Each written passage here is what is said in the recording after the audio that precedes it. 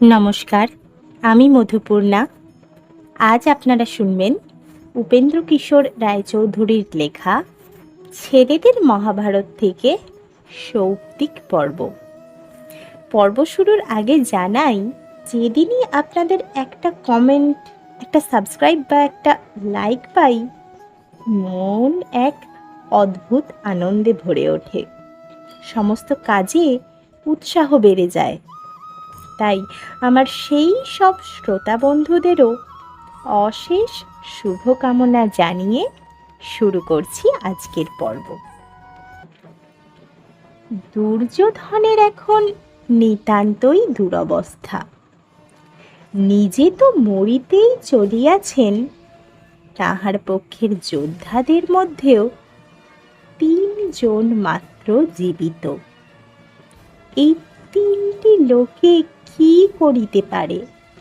তাহারা দুর্যোধনের দুর্দশা আর পাণ্ডবদের পরাক্রমের কথা চিন্তা করিতে করিতে রথে চড়িয়া ঘুরিয়া বেড়াইতেছেন, কিন্তু শত্রু সংহারের কোনো উপায় দেখিতেছেন না। তাহারা চুপি চুপি শিবিরের কাছে গেলেন, কিন্তু সেখানে পাণ্ডবদের সিংহনাদ শুনিয়া তাহাদের ভয় হইল। তারপর ঘুরিতে ঘুরিতে তাহারা একটা বনের ভিতরে আসিয়া উপস্থিত হইলেন। সারা দিনের কঠিন পরিশ্রমের পর নিজেরাও অতিশয় ক্লান্ত, ঘোড়াগুলিও আর চলিতে পারে না। এখন একটু বিশ্রাম না করিলেই নয়। তাই সেই বনের ভিতরে একটা প্রকাণ্ড বট গাছ দেখিতে পাইয়া তাহারা রথ হইতে নামিলেন। নিকটেই জলাশয় ছিল। ঘোড়াগুলিকে খুলিয়া দিয়া তাহারা সেই জলাশয়ে মুখ হাত ধুইয়া সন্ধ্যা পূজা সারিয়া বটগাছের নিচে বিশ্রাম করিতে লাগিলেন। অল্পক্ষণের ভিতরে কৃপ আর কৃতবর্মার ঘুম আসিল, কিন্তু দুঃখে আর চিন্তায় অশ্বত্থামার ঘুম হইল না। তিনি চারিদিকে চাহিয়া দেখিতে লাগিলেন। রাত্রি হইয়াছে। গাছের ডালে কাকেরা তাহাদের বাসায় সুখে নিদ্রা যাইতেছে। এমন সময় কোথা হইতে একটা প্রকাণ্ড পেচক আসিয়া ঘুমের ভিতরে অসহায় অবস্থায় সেই কাকগুলিকে বধ করিতে লাগিল।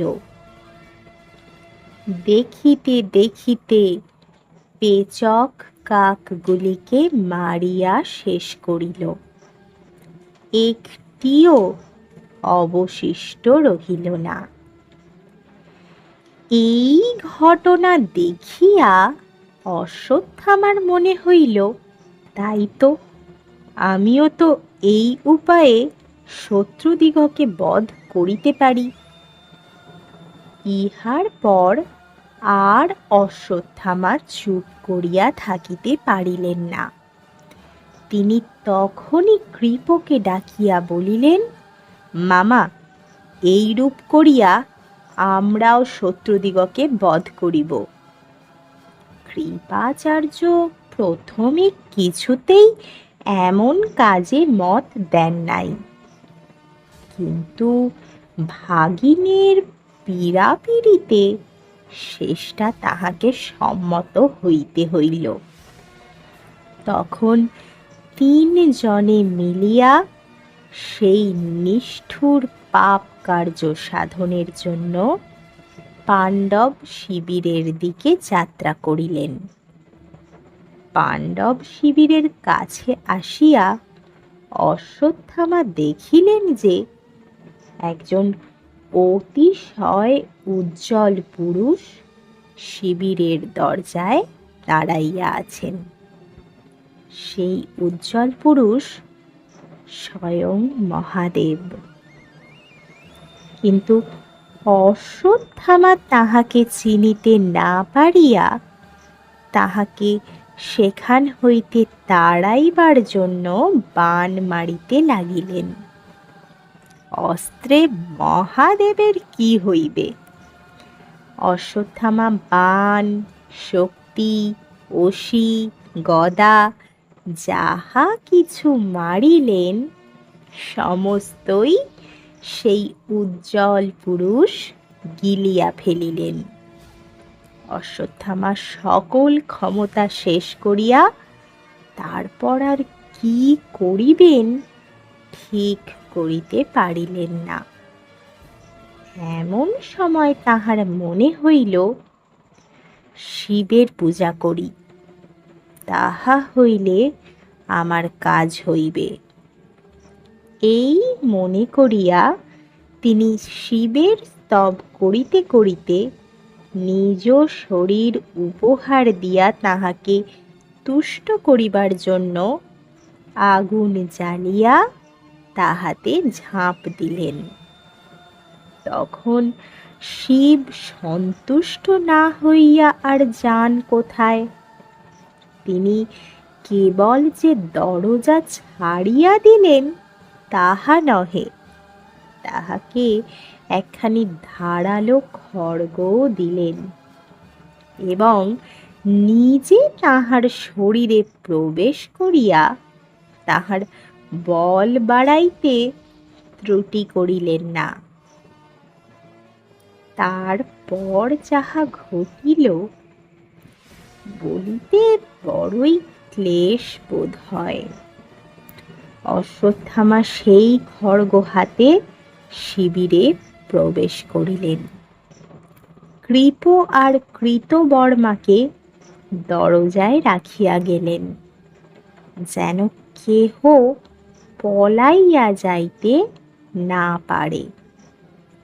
শিবিরে প্রবেশ করিয়াই অশ্বত্থামা সকলের আগে ধৃষ্টদ্যুম্নের ঘরে গিয়া উপস্থিত হইলেন।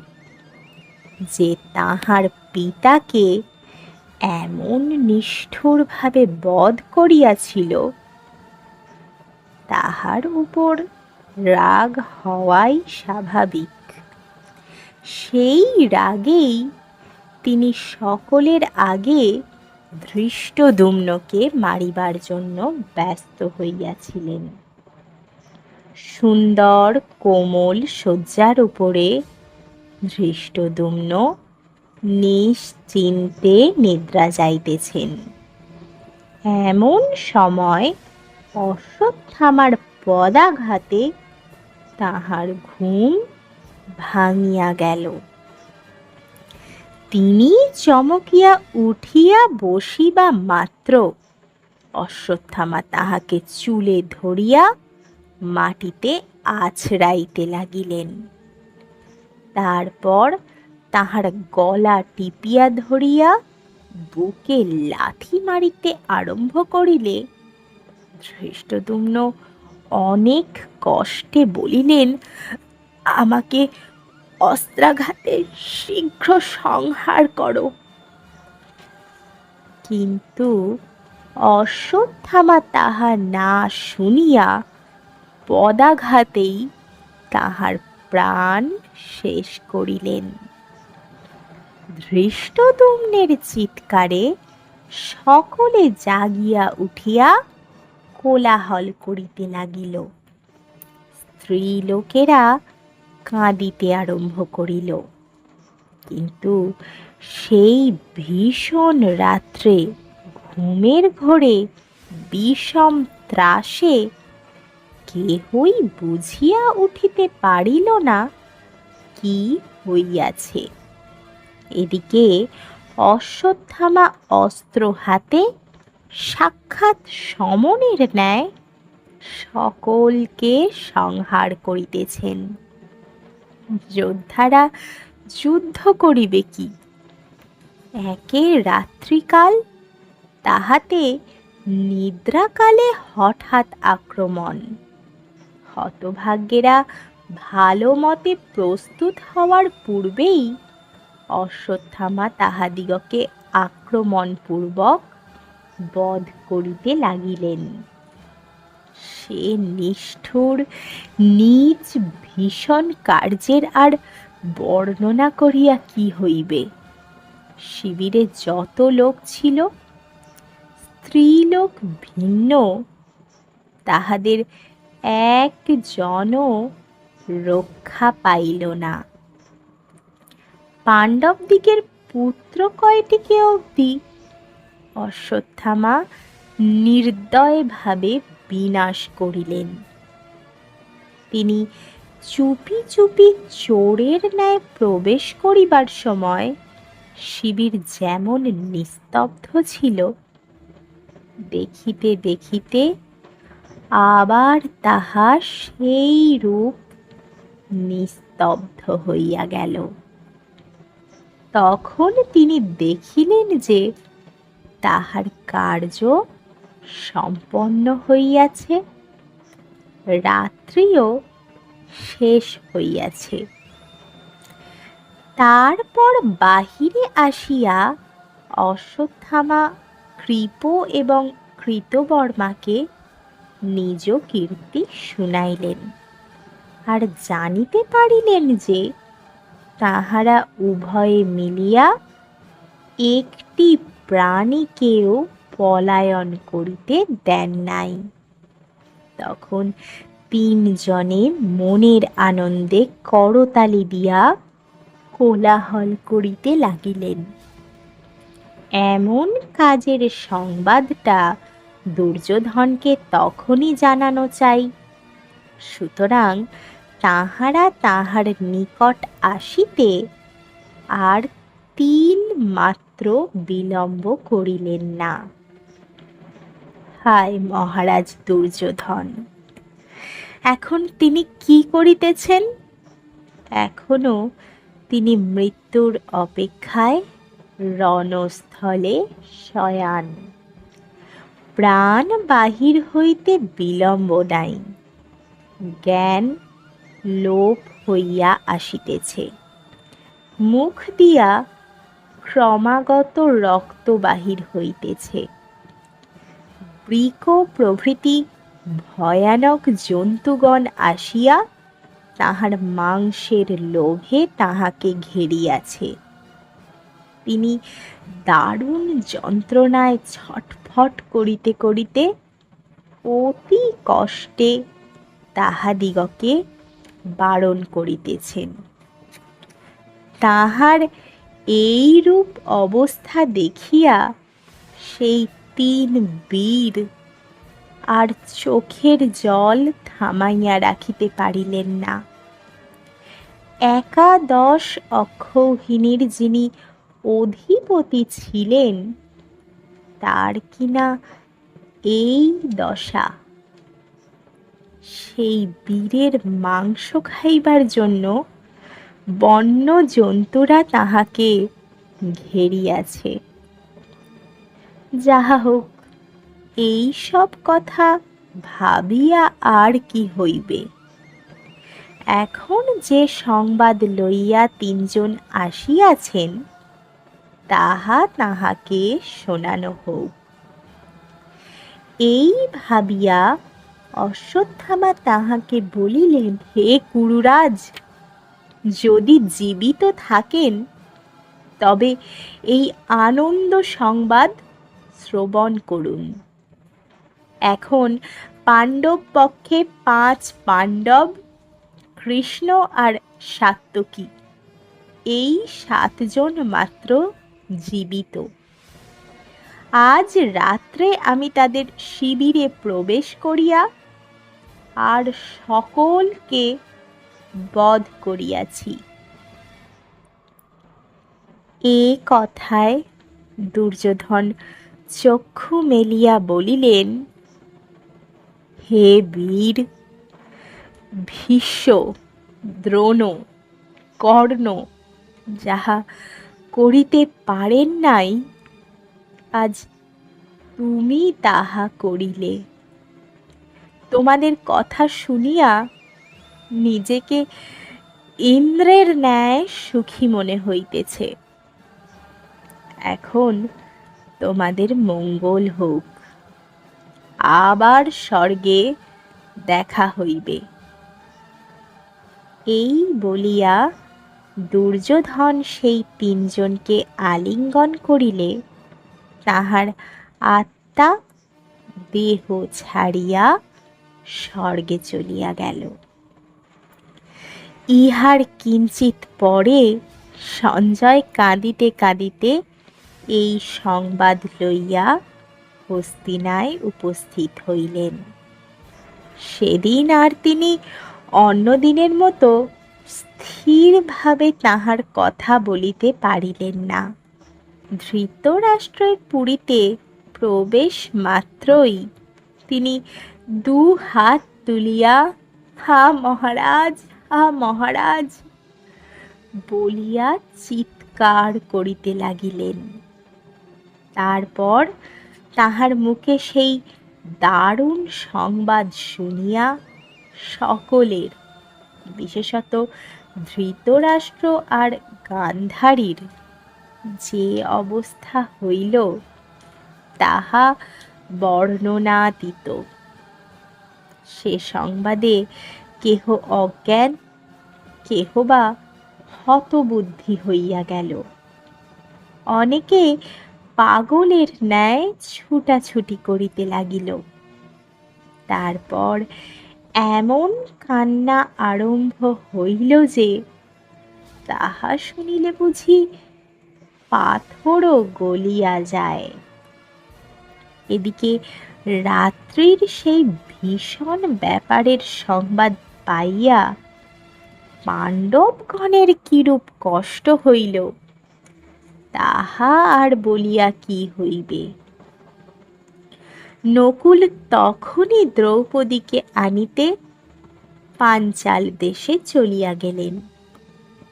দ্রৌপদী আসিলে পর অনেকক্ষণ পর্যন্ত এমন ভাবে কাটিল যে সে দুঃখের আর তুলনা নাই। দ্রৌপদী কাঁদিতে কাঁদিতে রাগে অস্থির হইয়া বলিলেন, আজ যদি সেই পামরকে সংহার না করা হয় তবে অনাহারে প্রাণত্যাগ করিব। যুধিষ্ঠির তখন তাহাকে বুঝাইতে অনেক চেষ্টা করিলেন, কিন্তু তিনি তাহাতে শান্ত না হইয়া বলিলেন, শুনিয়াছি অশ্বত্থামার জন্মাবধি তাহার মাথায় একটা মণি আছে। ওই দুরাত্মার প্রাণ বধপূর্বক সেই মণি আনিয়া দিতে পারিলে আমি তাহা তোমাকে পড়াইয়া কিঞ্চিত শান্ত হইতে পারি। তিনি ভীমকেও বলিলেন, অশ্বত্থামাকে মারিয়া ওই মণি আনিয়া দিতে হইবে। এ কথা বলা মাত্রই ভীম নকুলকে সারথি করিয়া অশ্বত্থামার খোঁজে বাহির হইলেন। অশ্বত্থামার রথের চাকার দাগ স্পষ্টই দেখা যাইতেছিল, সুতরাং তাহাকে খুঁজিয়া বাহির করা তেমন কঠিন কাজ বলিয়াও বোধ হইল না। কিন্তু ভীমকে অশ্বত্থামার খোঁজে যাইতে দেখিয়া কৃষ্ণের বড়ই চিন্তা হইল। তিনি জানিতেন যে অশ্বত্থামাকে দ্রোণ ব্রহ্মশির নামক অস্ত্র দিয়াছিলেন। উহা এমনই ভয়ঙ্কর যে তাহার বদলে অশ্বত্থামা কৃষ্ণের চক্র চাহিতেও লজ্জাবোধ করেন নাই।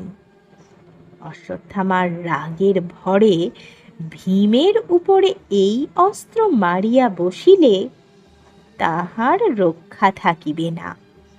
সুতরাং কৃষ্ণ তখনই যুধিষ্ঠির আর অর্জুনকে লইয়া রথারোহণে ভীমের অনুগামী হইলেন। ভীমকে পাইতেও তাহাদের বিলম্ব হইল না, কিন্তু তিনি কি নিষেধ শুনিবার লোক? তিনি তাহাদের কথা না শুনিয়াই ছুটিয়া চলিলেন। তারপর গঙ্গার ধারে আসিয়া অশ্বত্থামাকে ব্যাসদেবের নিকট দেখিবা মাত্র তিনি দাঁড়া বামুন দাঁড়া বলিয়া তাহাকে আক্রমণ করিতে গেলেন। অশ্বত্থামা দেখিলেন বড়ই বিপদ, একা ভীম হইতেই রক্ষা নাই, তাহাতে আবার ভীমের পশ্চাতে কৃষ্ণ, অর্জুন আর যুধিষ্ঠিরকেও দেখা যাইতেছে। কাজেই তিনি তখন প্রাণ ভয়ে তাড়াতাড়ি পাণ্ডব বংশ নষ্ট হোক বলিয়া সেই ব্রহ্মশির অস্ত্র ছুঁড়িয়া বসিলেন। তখন সর্বনাশ উপস্থিত দেখিয়া কৃষ্ণ অর্জুনকে বলিলেন, শীঘ্র তোমার দ্রোণদত্ত সেই মহা অস্ত্র ছাড়ো। অর্জুন তৎক্ষণাৎ, এই অস্ত্রে অশ্বত্থামার অস্ত্র বারণ হোক বলিয়া তাহার অস্ত্র ছাড়িলেন।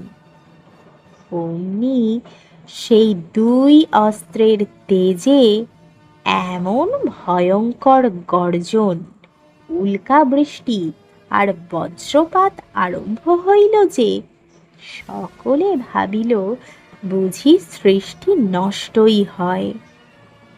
তখন নারদ আর ব্যাসদেব সৃষ্টি রক্ষার জন্য সেই দুই অস্ত্রের মাঝখানে দাঁড়াইয়া অর্জুন এবং অশ্বত্থামাকে অস্ত্র থামাইতে বলিলেন।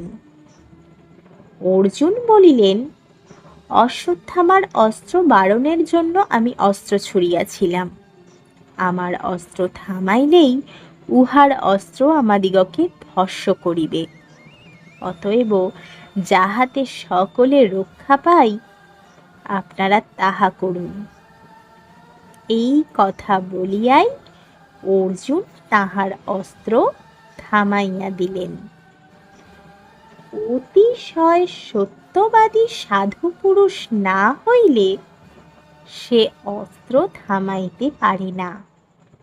মনের ভিতরে কিছু মাত্র মন্দ ভাব লইয়া উহা থামাইতে গেলে উহাতে তৎক্ষণাৎ নিজেরই মাথা কাটা যায়। অর্জুন অসাধারণ সাধু পুরুষ ছিলেন, তাই তিনি ইচ্ছা মাত্রই তাহার অস্ত্র থামাইয়া দিলেন। কিন্তু অশ্বত্থামা তাহার অস্ত্র থামাইতে না পারিয়া মুনিদিগকে বলিলেন, আমি ভীমের ভয়ে অস্ত্র ছাড়িয়াছিলাম, এখন তো আর থামাইতে পারিতেছি না। বড় অন্যায় কাজ করিয়াছি, এ অস্ত্র নিশ্চয় পাণ্ডবদিগকে বিনাশ করিবে। কিন্তু মুনিরা এরূপ অন্যায় কথায় কিছুতেই সম্মত হইলেন না। তাহারা বলিলেন, অর্জুন যখন তাহার অস্ত্র ফিরাইয়া লইয়াছেন, অশ্বত্থামারও পাণ্ডবদিগকে রক্ষা করা নিতান্ত উচিত। বাস্তবিকই কেবল পাণ্ডবদেরই ক্ষতি হইবে, অশ্বত্থামার কিছুই হইবে না। এমন হইলে অর্জুন তাহার কথায় অস্ত্র থামাইতে রাজি হইবেন কেন?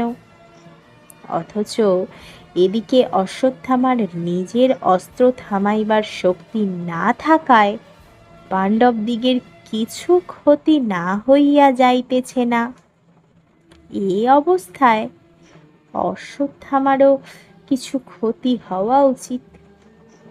সুতরাং শেষে এই রূপ স্থির হইল যে অশ্বত্থামার অস্ত্রে অভিমন্যুর শিশু পুত্রটি মারা যাইবে, আর অশ্বত্থামা তাহার মাথার মণি পাণ্ডবদিগকে দিবেন। এই রূপে পাণ্ডবেরা অশ্বত্থামার মাথার মণি আনিয়া দ্রৌপদীকে দিলে তিনি সেই মণি যুধিষ্ঠিরের মাথায় পরাইয়া এত দুঃখের ভিতরেও কিঞ্চিৎ সুখ পাইলেন। আর অভিমন্যুর সেই পুত্রটির কি হইল? শিশুটি তখনও জন্মে নাই, সে অবস্থাতেই সে মারা গেল। তাহার জন্মের পরে মরা ছেলে দেখিয়া সকলে কাঁদিতে আরম্ভ করিলে কৃষ্ণ আসিয়া তাহাকে বাঁচাইয়া দিলেন। ছেলেটির নাম হইল পরীক্ষিত। যুধিষ্ঠিরের পরে এই পরীক্ষিত হস্তিনায় 60 বছর রাজত্ব করিয়াছিল। শেষ হল সৌপ্তিক পর্ব। সকলকে ধন্যবাদ। নমস্কার।